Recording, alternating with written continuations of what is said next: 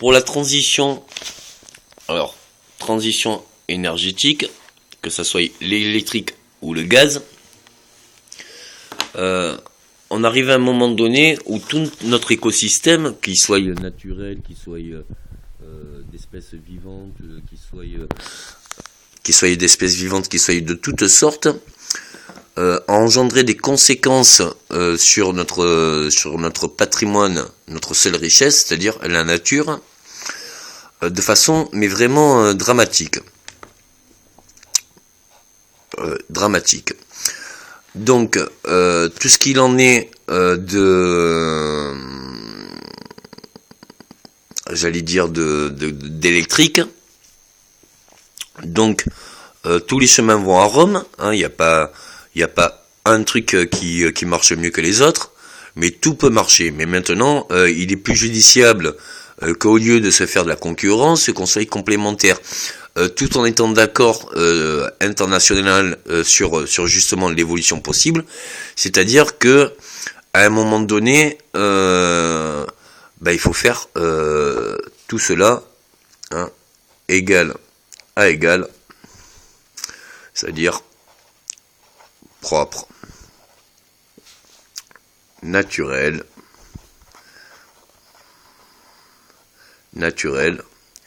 plus libre, dans le sens où que ça soit sans fin.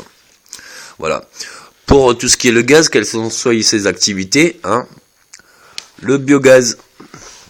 Alors le biogaz, il peut se faire par l'alcool, par la fermentation, par toute fermentation en fait, que ça soit par les excréments, que ça soit par le fumier, c'est aussi un excrément, mais enfin tout le biogaz, tout le gaz bio se fait par fermentation, la nature propre du gaz. Donc que ça soit un gaz d'alcool ou que ça soit un gaz d'excréments ou autre, il faut comprendre que avant même d'en arriver à régulariser tout le monde et à équiper tout le monde, eh bien du coup ça va faire du travail, ça va faire de l'économie, ça va faire une orientation propre, tout ci ou ça. Mais avant de faire du biogaz avec les excréments, il faut d'abord que nous on ait une comment ça s'appelle, faut qu'on ait une certaine comment ça s'appelle, pour diverses raisons. Il faut qu'on ait une alimentation saine, parce que sinon nos excréments sont pas naturels. Donc on va parler d'abord des excréments. Voilà. Pour les excréments, ça peut créer non seulement, donc on a dit le gaz, biogaz, voilà, biogaz, plus enrichir terreau. Voilà. Donc ça sert aussi bien pour gaz naturel que pour l'enrichir les terreaux. Dans les deux cas, on peut le récupérer. À un moment donné, au lieu de faire de la production ou autre, gérer ces déchets en comment ça s'appelle, en engageant, en envoyant la ressource et en envoyant pas le bénéfice forcément monétaire, mais aussi bien au niveau d'emploi, aussi bien au niveau de récupération des déchets, aussi bien au niveau d'infrastructures à implanter, aussi bien de récolte de ces déchets, aussi bien de...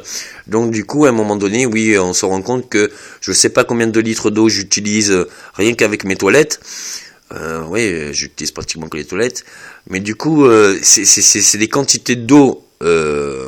Excusez-moi, mais c'est de l'eau potable qu'on met dans les toilettes. Or, il y a des pays, il manque d'eau potable et c'est vraiment regrettable. Pour tout ce qui est transition énergétique électrique, donc on va essayer de le faire bien clair. Tout ce qui est... attendez-moi, je vais chercher l'appellation exacte. Centrale, voilà. Centrale nucléaire. Voilà. Hein, tout le monde le voit, la centrale nucléaire. Voilà. Alors ça, vous me le rayez. Hein, vous me le rayez de suite. Tout simplement parce que deviennent les déchets. Je sais même pas comment ça s'écrit, mais c'est pas grave. Donc, que deviennent les déchets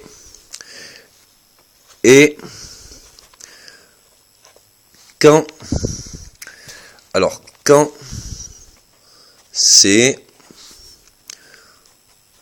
qu'on peut arrêter un cœur nucléaire. Voilà.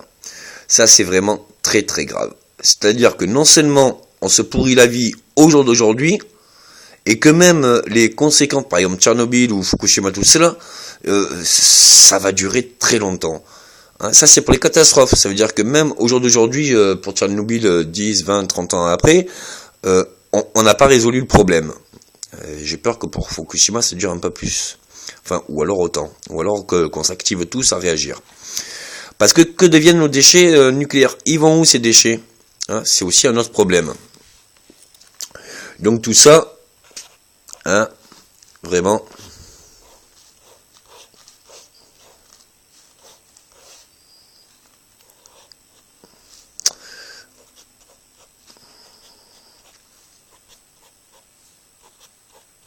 voilà, très très très attention. Alors, électricité,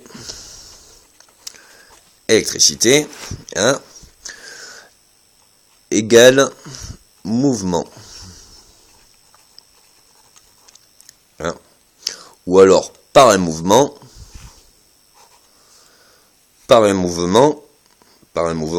on crée de l'électricité. Voilà. Si l'électricité fait de ce mouvement, voilà. Du coup, en circuit fermé, vous vous rendez bien compte que, justement, c'est sans fin.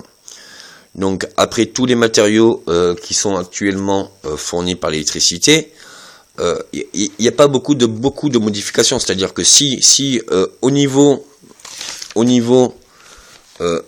de la centrale nucléaire, on met électricité libre, au niveau de la centrale, du coup ça peut équiper toutes les maisons et tout le du coup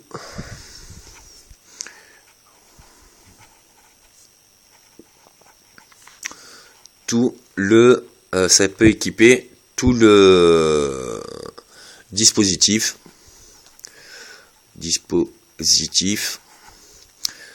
électrique. Voilà. Donc du coup, c'est vraiment quelque chose. C'est vraiment quelque chose, hein, entre alors,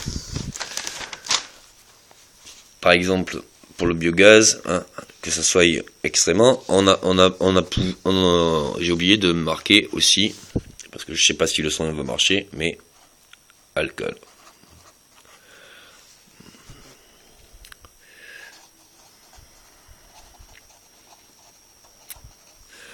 Avant d'engager de nouvelles catastrophes, faites des études justement sur ce qui est le plus rentable pour justement quelque chose qui soit aussi bien du biogaz, mais aussi et pour enrichir les terreaux, que ça soit quelque chose qui ne déplace pas un nouveau problème et qui déplace pas toute autre conséquence. Alors, gaz, voilà, gaz shit, voilà, hein. On a assez pollué cette terre. Cette terre, hein, on serait pas là, elle vivrait quand même. Hein. Par contre, on n'a aucune raison, nous, de vivre plus que sur cette terre. Dans le sens où, à un moment donné, ça veut dire que sans cette terre, on ne serait pas là. Et sans toute existence de cette terre, on n'existerait pas. Donc, à un moment donné, il faut prendre conscience que même avec les matériaux chimiques ou industriels ou tout ce que vous voulez, dans toutes les nouvelles adaptations de l'homme et de l'humanité, vous vous rendrez bien compte que sans la vie, il n'y a pas la vie. Hein. Donc voilà un peu pour la transition.